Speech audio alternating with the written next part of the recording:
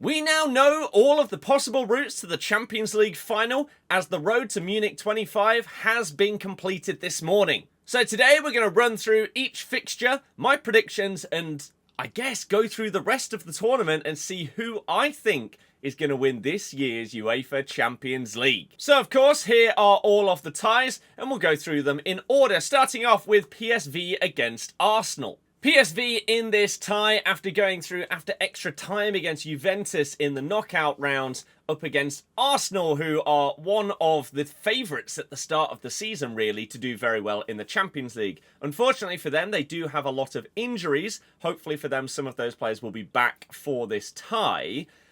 I think that this should be where Arsenal feel like they can definitely progress another stage here. They should be getting through to the quarterfinal relatively comfortably here across multiple legs against a PSV team. You've got the second leg at home. This should be a relatively easy 2-tie win. But then we move into the next round of 16 game, and my goodness, what a tie this is for such an early stage in the competition, relatively. We've got Real Madrid versus Atletico Madrid, the Madrid derby. This has been iconic over the years. We've even seen a Champions League final of this with a massive, massive goal and moment that I personally will not forget for a very long time. There are so many historical battles between these two teams, and I'm fascinated to see how this goes, because in the past it has basically been attack v defense, and Simeone against whoever's been managing Real Madrid and their relentless force of just all of those white shirts bombing forward. But then the grit of players over the years like Diego Godin just summarizing really Simeone's whole plan in one player. It's been really, really entertaining at times, and Real Madrid destroyed Man City. They got a little bit lucky in the first leg in the way that they scored some of their goals, but the second leg wasn't even a contest. Man City didn't really lay a glove on them. They got a consolation goal, but it really did not mean anything. Mbappe seems to have finally made that massive, massive statement that I feel has been lacking a little bit so far at Madrid. He started off slow with, of course, the front three, only one of them being able to play their preferred position of left wing, but now it feels like he's settled a lot more, and with Bellingham in behind, this is working a lot better. And this was his moment. That hat-trick against Man City was him basically saying, okay, right, we're in business now. I'm good. Everyone else good? Let's smash it for the rest of the season. So I feel like they are surely going to have too much for Atletico now that they feel like they're clicking into gear properly. They've got Rudiger back now as well. So as much as these have been more contested in the past, I think Real Madrid are going to be going through in this tie. Now, how unlucky do you have to be to finish first in the league phase and then draw one of the form teams right now, especially in front of goal? Liverpool against PSG is going to be fantastic entertainment.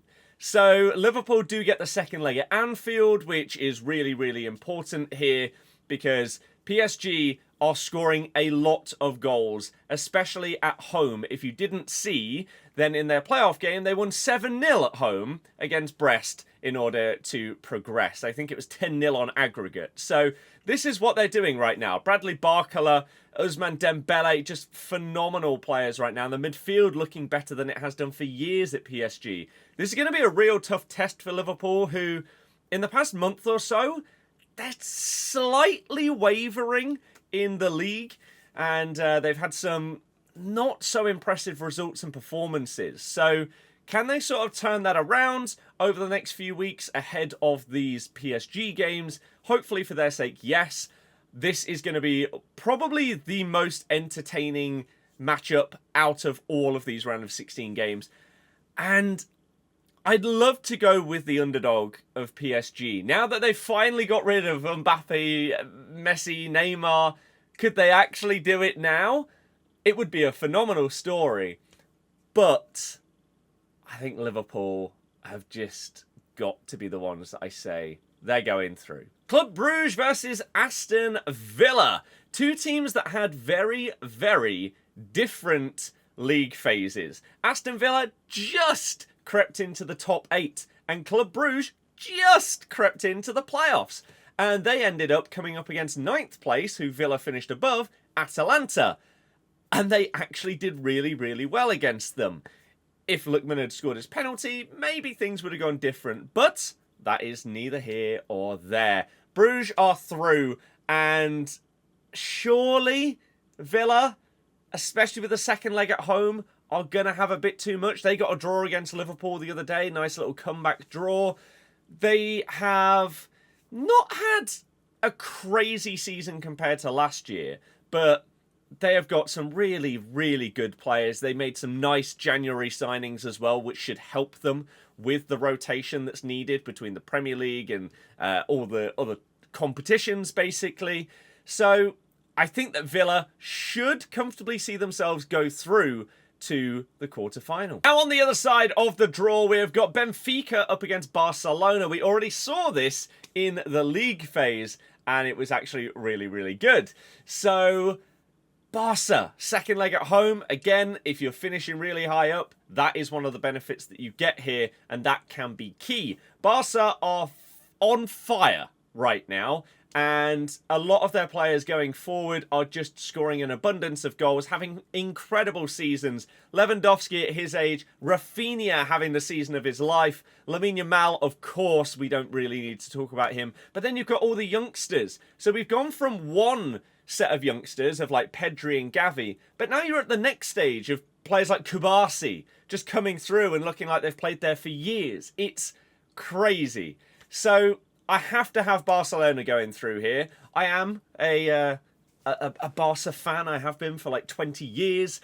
Does that sway my decision here? No, I take all bias out. I just think that with the form that this should, over 2 legs, with the second one being at home, should be enough for Barca to go through here. Then we've got an interesting tie in Dortmund versus Lille. 2 teams that have potentially done better or worse than expectations this season. Lille did better than I thought they would in the league phase. And Dortmund in the Bundesliga this year, the last time I looked at the table, they were in the bottom half. So kind of crazy what's going on, but they have had some good performances in Europe and some players that are doing really, really well. There were massive links in January with them potentially getting Rashford and selling Adeyemi, maybe to Napoli, but that didn't end up happening. So they've sort of stuck with what they had previously. And so I feel like this is actually one of the harder ones to call, because which version of Dortmund are you going to get in these Champions League nights? Is it going to be the one that we know they can be, or is it going to be the one that we've seen more consistently this year? I really, really don't know. And so I think this one is genuinely a coin flip as to who is going to go through. And Lille have got the second leg at home. I'm going to put Lille to go through to the Champions League quarter-final. Penultimate side of this draw, we have got Bayern Munich against Bayer Leverkusen. The teams that went head-to-head last season for the Bundesliga title. Leverkusen have obviously been fantastic under Xabi Alonso. Got some immense players. Florian Wirtz, obviously the standout. And then his compatriot, Musiala. And players like that for Bayern Munich. Of course, Harry Kane just smashing goals left, right and centre this season. This, along with PSG Liverpool, is going to be one of those that you want to watch.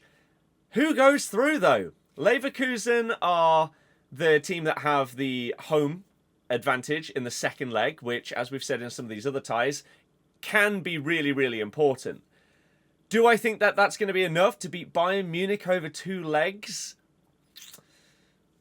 I mean, we saw Leverkusen do really, really well in the Europa League previously, but then fell at the final hurdle when they came up against a strong opponent in Atalanta and Ademola Lookman scoring that fantastic hat-trick. Can they handle the heat against Bayern Munich in 2 legs in a Champions League round of 16 game? I'm going to give the benefit of the doubt to Harry Kane and the experience and pedigree of Bayern Munich in this competition, and I'll say that Bayern go through to the next round. And then the final matchup in the round of 16, we've got Feyenoord up against Inter Milan. I feel like this should be one of the easier ones to call. Feyenoord, though, appointing Robin van Persie as manager is interesting and kind of fun and exciting news. But Inter Milan are fantastic, and over 2 legs with the second one at home, they should comfortably go through to the next round. So, where does that leave us for our quarterfinals? Well, I had Arsenal and Real Madrid progressing into the next round, so they are the second quarterfinal. Quarterfinal 1, we've got Liverpool coming up against Aston Villa. Quarterfinal 3, Barcelona against Lille. And then quarterfinal 4, we've got Bayern Munich versus Inter Milan. So, score predictions for those. Arsenal against Real Madrid. Again, 2-legged ties. Going to be really, really interesting to see how this works, because Real Madrid are going to be the team that are at home for the second leg there if they go through. I think that Real Madrid are going to have too much for Arsenal, and I feel like that is where we see the bowing out of Mikel Arteta's team, especially if they do not get some of these players back from injury that are currently out in their forward line. Real Madrid's defence is solid. It's going to need a lot to break it down. Next up, Liverpool v Villa. As I say, recently we saw Liverpool fail to beat Aston Villa over 90 minutes, and Villa came back with a 2-2, although, to be fair, that is partially due to Darwin Núñez missing one of the highest XG chances of the entire season across Europe, so it is what it is. Liverpool, though, surely, right? I know that I've been pretty big on Aston Villa, and I actually predicted them to do very, very well in the league phase, and I got that pretty much spot on. Liverpool, no one really knew that they were going to be this good under Arne Slot, and they've just been very, very impressive. I've got to have Liverpool going through to the semi-final. On the other side of the draw, Barca against Lille. I feel like this is where, again, the pedigree, the history, and the talent of some of these players is just going to shine through. I think Barcelona are going to be going through to the semi-final on this side of the draw. And then a monster tie, Bayern Munich against Inter Milan, is so hard to call. But maybe it's slightly controversial. I'm going to go Inter Milan to beat Bayern Munich and progress to the semi-final up against Barcelona. So in my draw, we have now got Real Madrid up against Liverpool on one side of the road to Munich. And on the other one, we have got Barcelona against Inter Milan. Big ties. This would be one hell of a set of semi-finals. Real Madrid v Liverpool. We're obviously reliving what has happened in the past, where you had Thibaut Courtois having the game of his life, making a ridiculous amount of saves. You also, of course, have the Salah incident that happened many years ago now with Ramos. There's a lot of history here. On the other side, Barca against Inter. We saw that matchup actually semi-recently, and Barca were a bit unlucky in one of those games, and both of those teams are firing on all cylinders right now, and these are very hard games to call. But do we take the gut instinct here?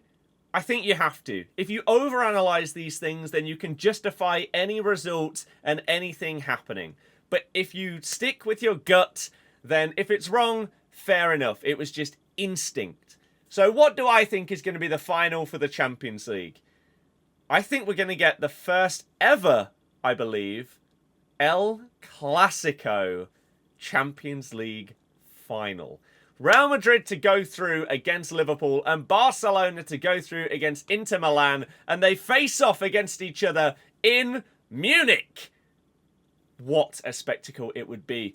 What would my prediction be for the final? Because we've got to go all the way at this point. As much as I would love to say Barca win, can I see it happening against Madrid in a Champions League final? Did smash them earlier in the season,